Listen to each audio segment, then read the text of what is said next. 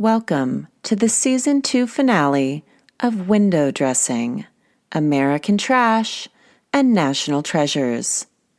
This season's theme is epitomized by this week's topic, The Real Housewives of Beverly Hills, Lisa Rinna edition. The Real Housewives of Beverly Hills stands apart from the other arms of the franchise because the women on the show have real power. They are celebrities, former celebrities, wives of celebrities, and of course, the Hilton extended family, which is best described as American royalty.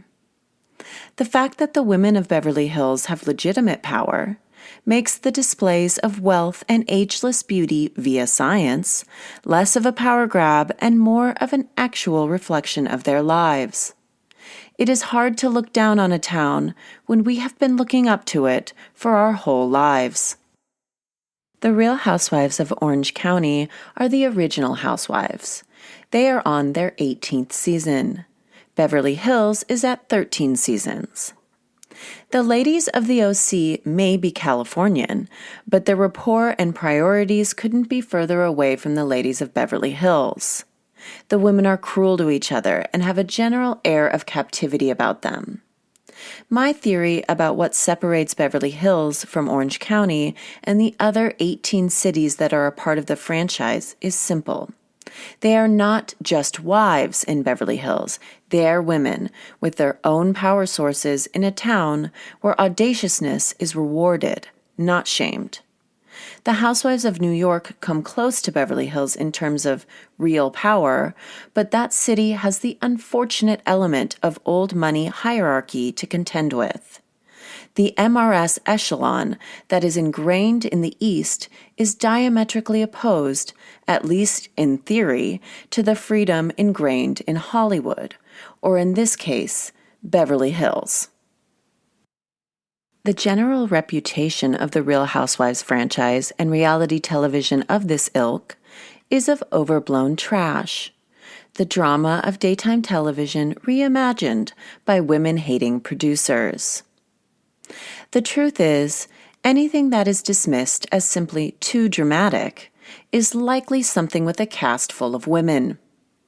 The original cast was Kyle Richards, the only core cast member that remains on the show today, and her sister, Kim Richards, Lisa Vanderpump of Vanderpump Rules and various other spin-off shows and businesses, Adrienne Maloof, and Taylor Armstrong. Taylor is now a cast member on the OC Housewives. Her storyline on Beverly Hills helped bring attention to battered women, as she was one, and suicide, because her abuser killed himself. The fact that she is still going strong is a testament to the legitimacy of the show and of her as a person.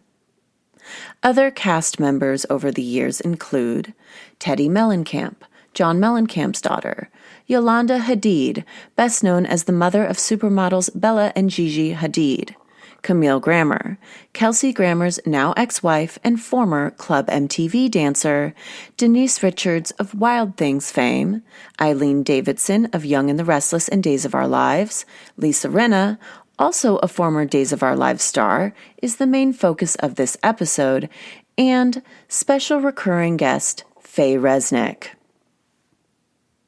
Faye Resnick wrote the 1994 tell-all book Nicole Brown Simpson, The Private Diary of a Life Interrupted.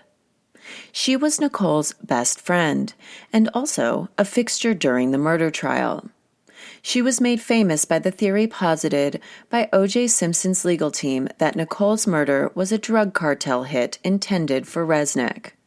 She makes a great addition to the show, although her status as public scapegoat for spousal murder made her a target for some of the ladies.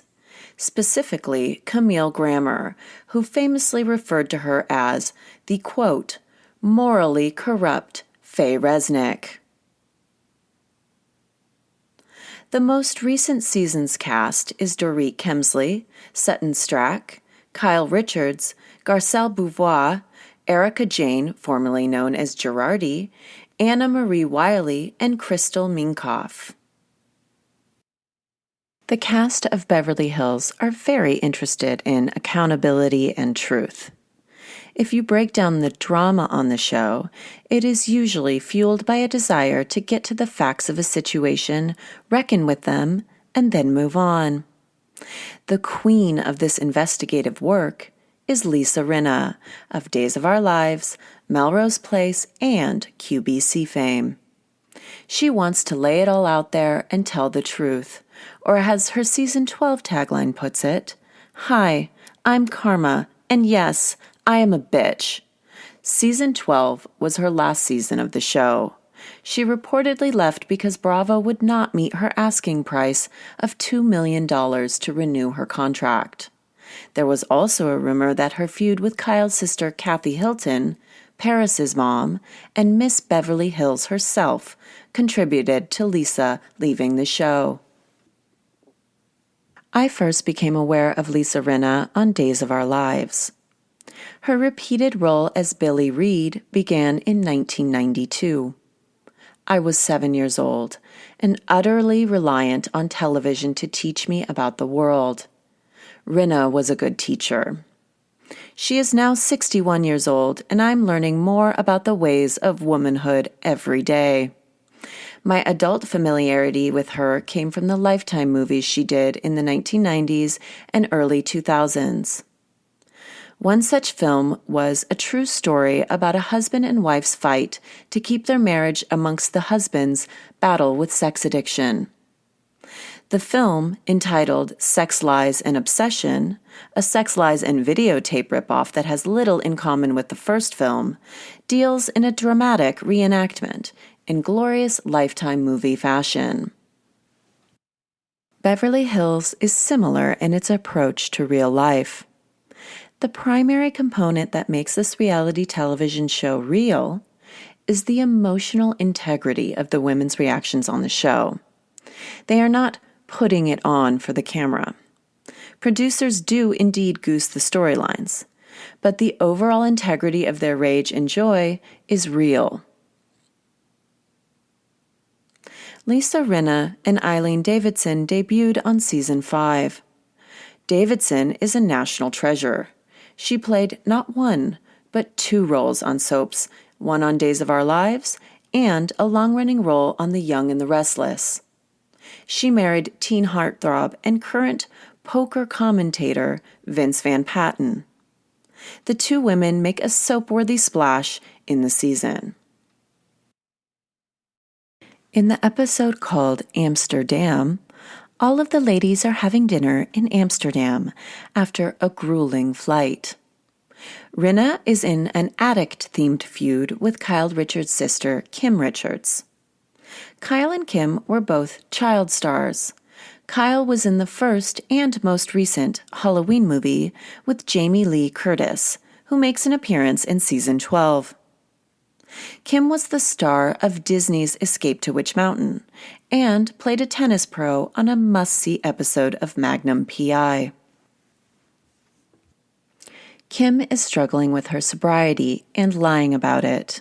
Rinna, whose sister died from an overdose of Seconal when she was 21, will not let the issue go. Wearing a black pantsuit, diamond hoop earrings, her signature brown shag, and the Rinna lip flip, lined and heavily glossed, she shares her story about her sister's tragic death to provide context for her overall vehemence around the topic.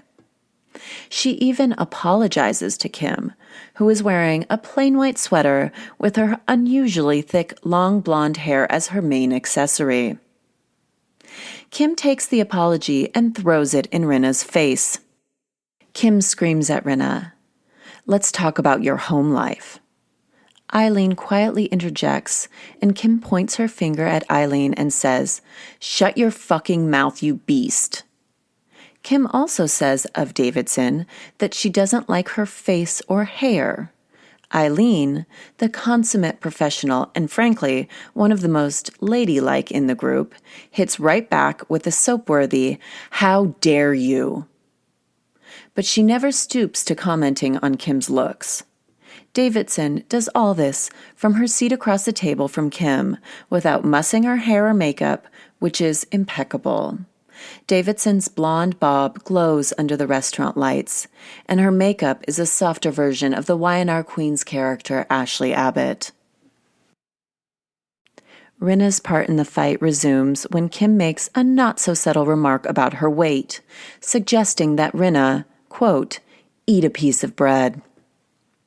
The accusation of an eating disorder is particularly cold-hearted, considering Rinna's daughter later develops a severe eating disorder that she struggles with publicly.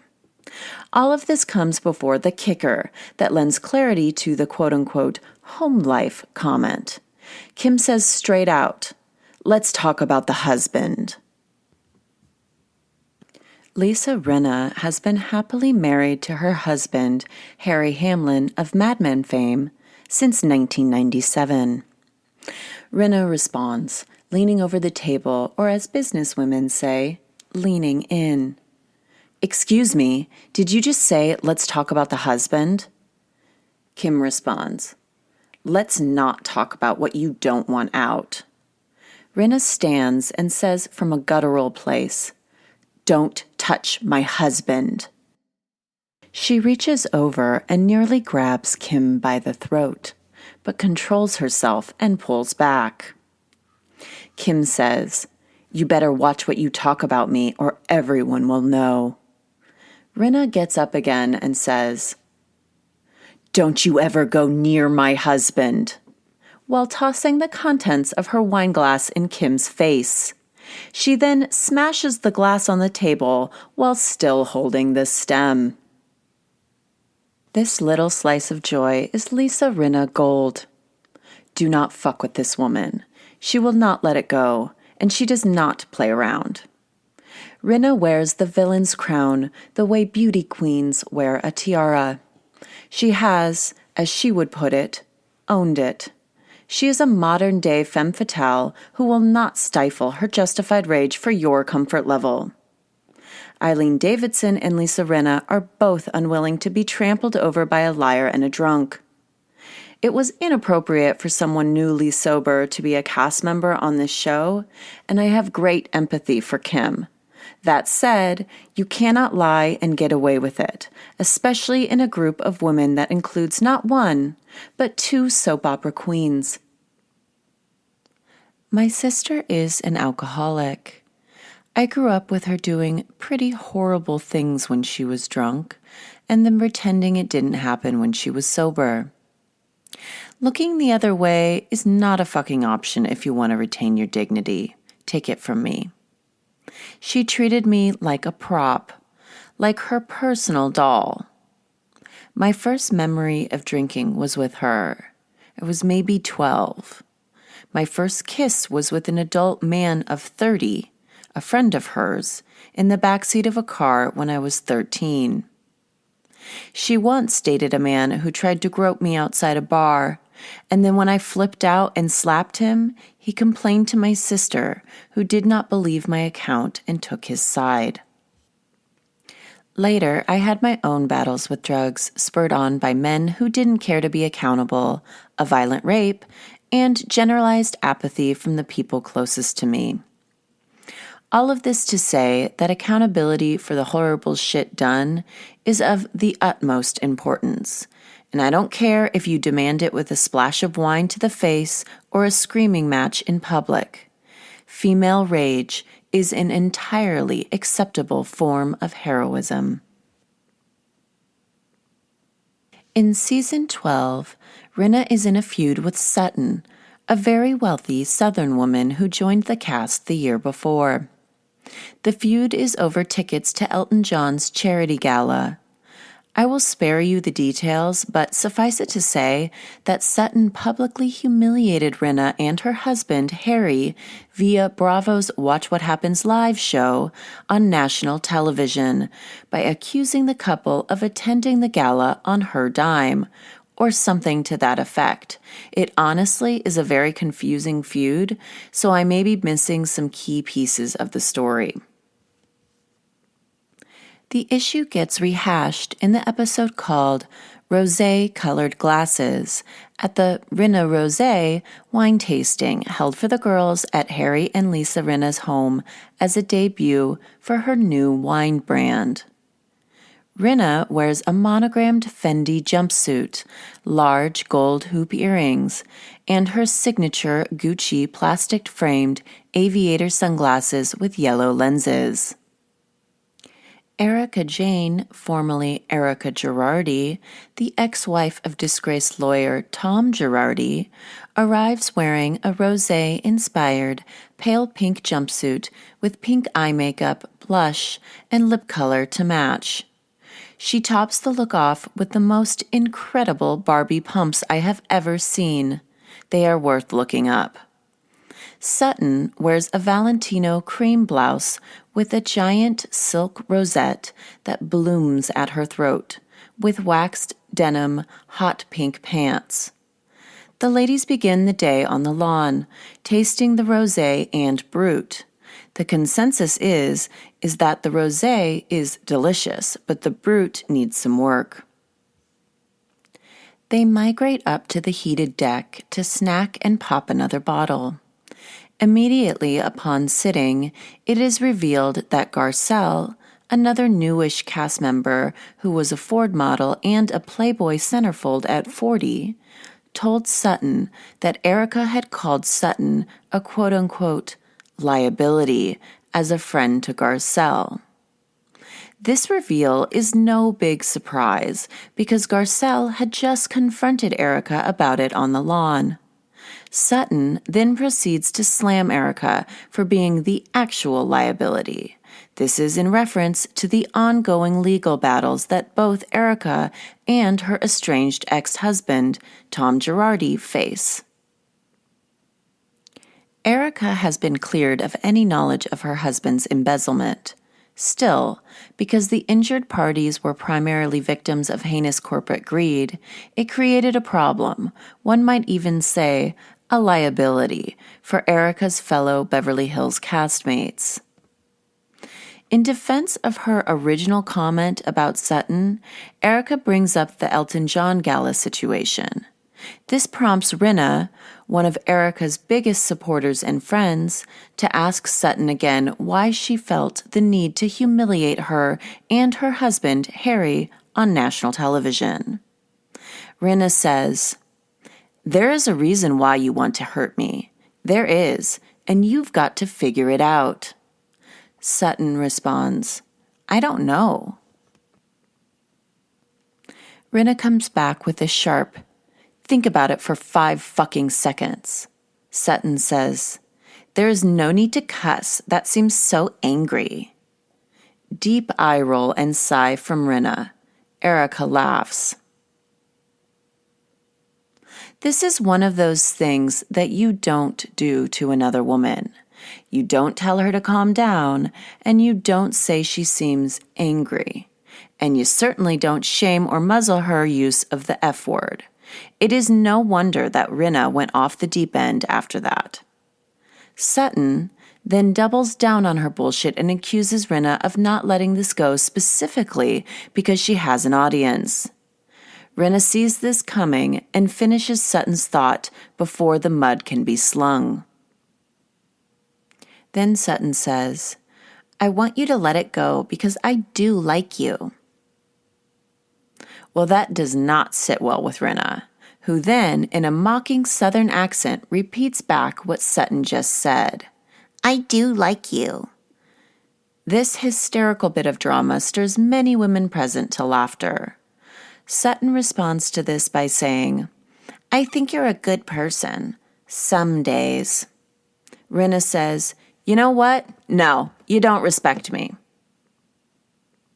At this point, the scene cuts to a confessional interview shot of Rinna saying that she can't let this go because of the injustice of Sutton's innocent act.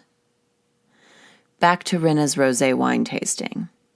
Sutton says, "You talk out of both sides of your mouth." Rinna says, "You know what? Fuck you. Get out of my house. If you're going to talk like this, get out of my house." Cut to Sutton's confessional.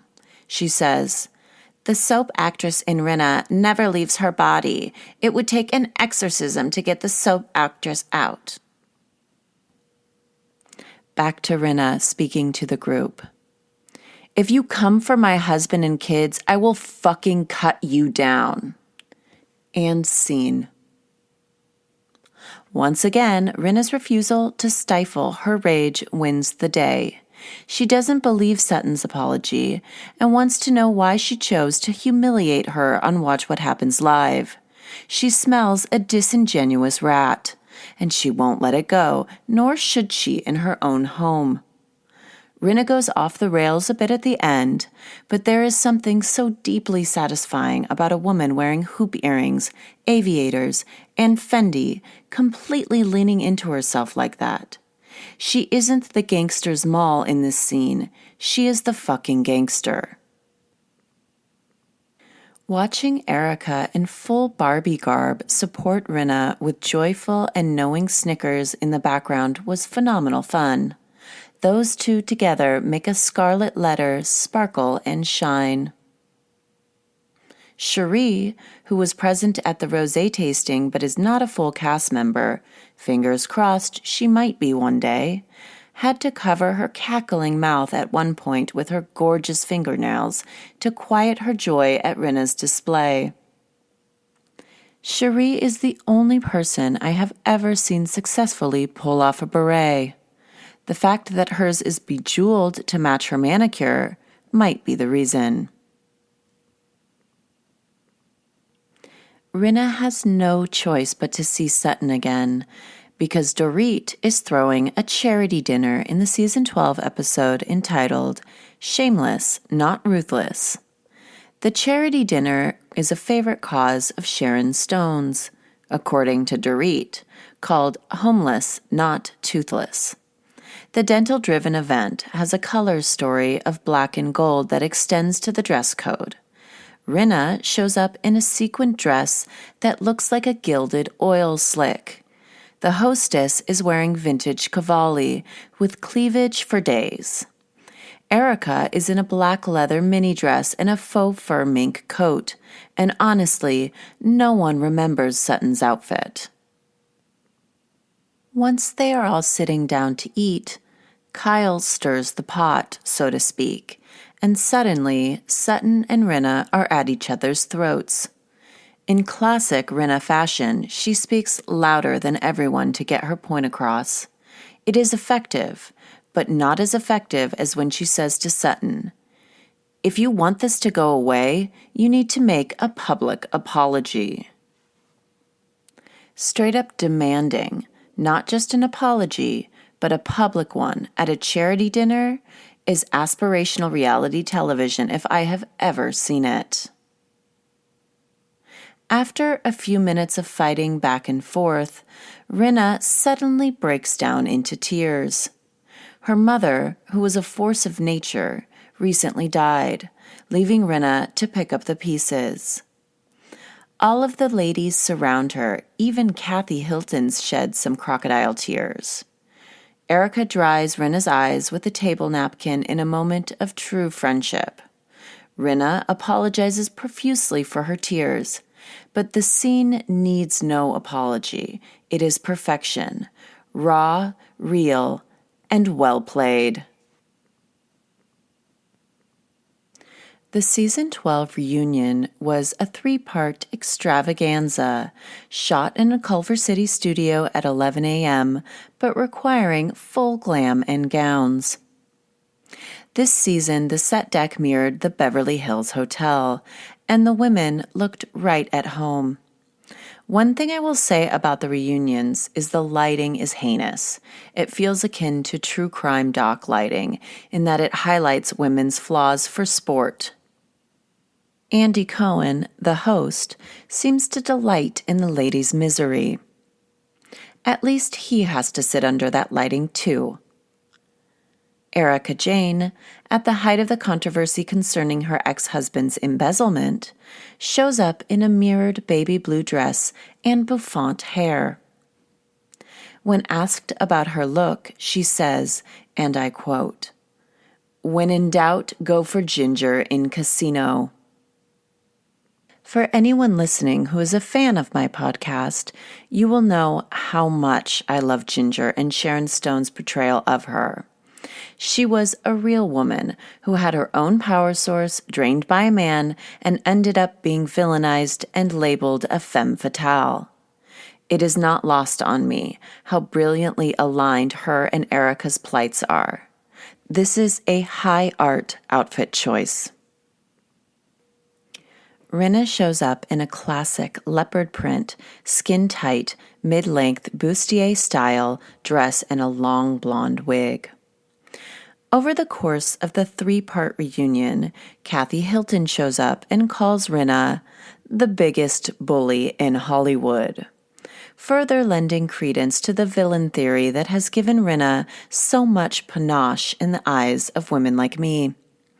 Rage on a woman, especially one wearing leopard print, is the most revolutionarily feminist act there is.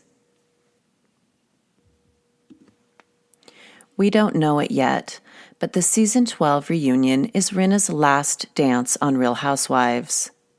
Her contract is not renewed for the next season, reportedly because Bravo would not meet her asking price of $2 million for season 13. Both parties deny this. Regardless of the reason, she does not stay on the show. It took me a long time to watch the most recent season without her on it. I thought I was done with the show. Without Rinna, there is no Real Housewives. But the show must go on, and core cast member Kyle Richards perpetuates the magic moving forward. Her separation from her longtime husband Maurizio and allegations of a lesbian affair with Morgan Wade, the singer-songwriter, along with her newly found sobriety, make for emotionally substantive reality TV. As someone who has struggled with sobriety in large part because of men who have encouraged drug use on my part, I am very happy to see Kyle double down on her best self. Replacing Rinna is impossible, but a new cast member joins anyways, named Anna Marie. She is a talkative bore and does little to fill the void. Sutton becomes a much more dynamic character on season 13.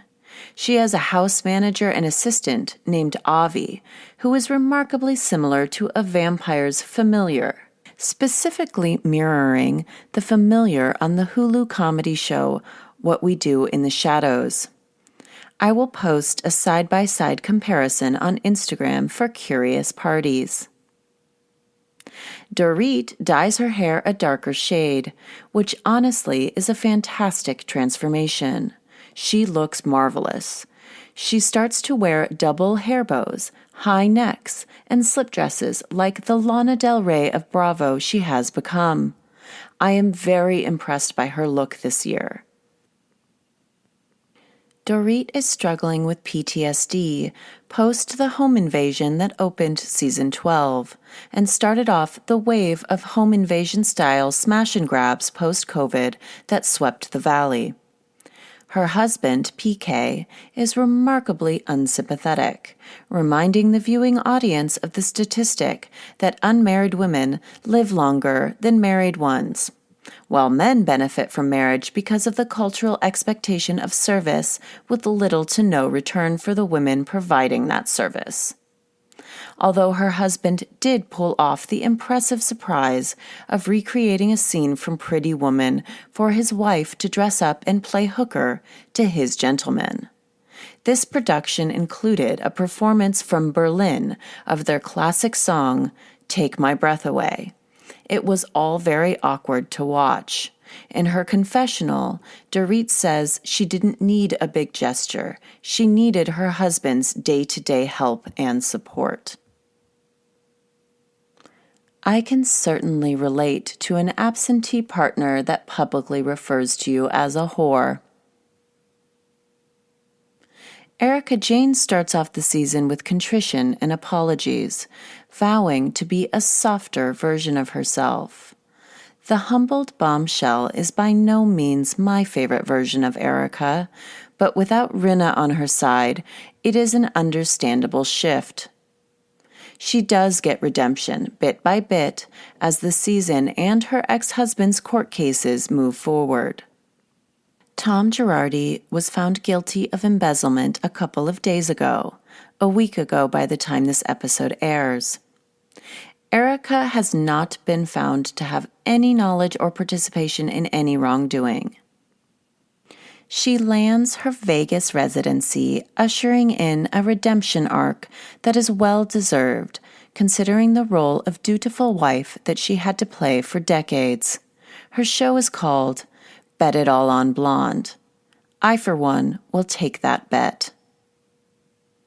Post-exit from Bravo, Rinna wins the day, again, by becoming an international fashion icon and a role model for the anti-demure movement that is growing in the hearts and minds of young girls everywhere. She has done a print campaign for Marc Jacobs, walked in New York, Paris, and Copenhagen Fashion Weeks, landed a role on American Horror Story, and starred in a Lifetime movie with her daughter Delilah. The movie is called Mommy Meanest, and her character's name is Madeline. Kaylor Martin of the reality show Love Island recently declared Rinna to be her president. I concur with this statement and use it to point out the power of a fully expressed woman wearing a blonde wig. Her influence on multi-generations of women from ages 20 to 70 is remarkable. Say what you will about lip filler, and I have said some negative things about it. But in Rinna's case, it helps us identify an icon from across the room. It's that signature Rinna beauty, which just so happens to be the name of her lipstick and lip gloss company that she launched on Instagram during the pandemic. Because of my overflowing rage and my complete unwillingness to tamp it down, I see stifling one's own rage as internalized sexism. Rinna is my personal president, too. This wraps up Season 2 of Window Dressing, American Trash, and National Treasures. Thank you so much for listening to this episode and every episode.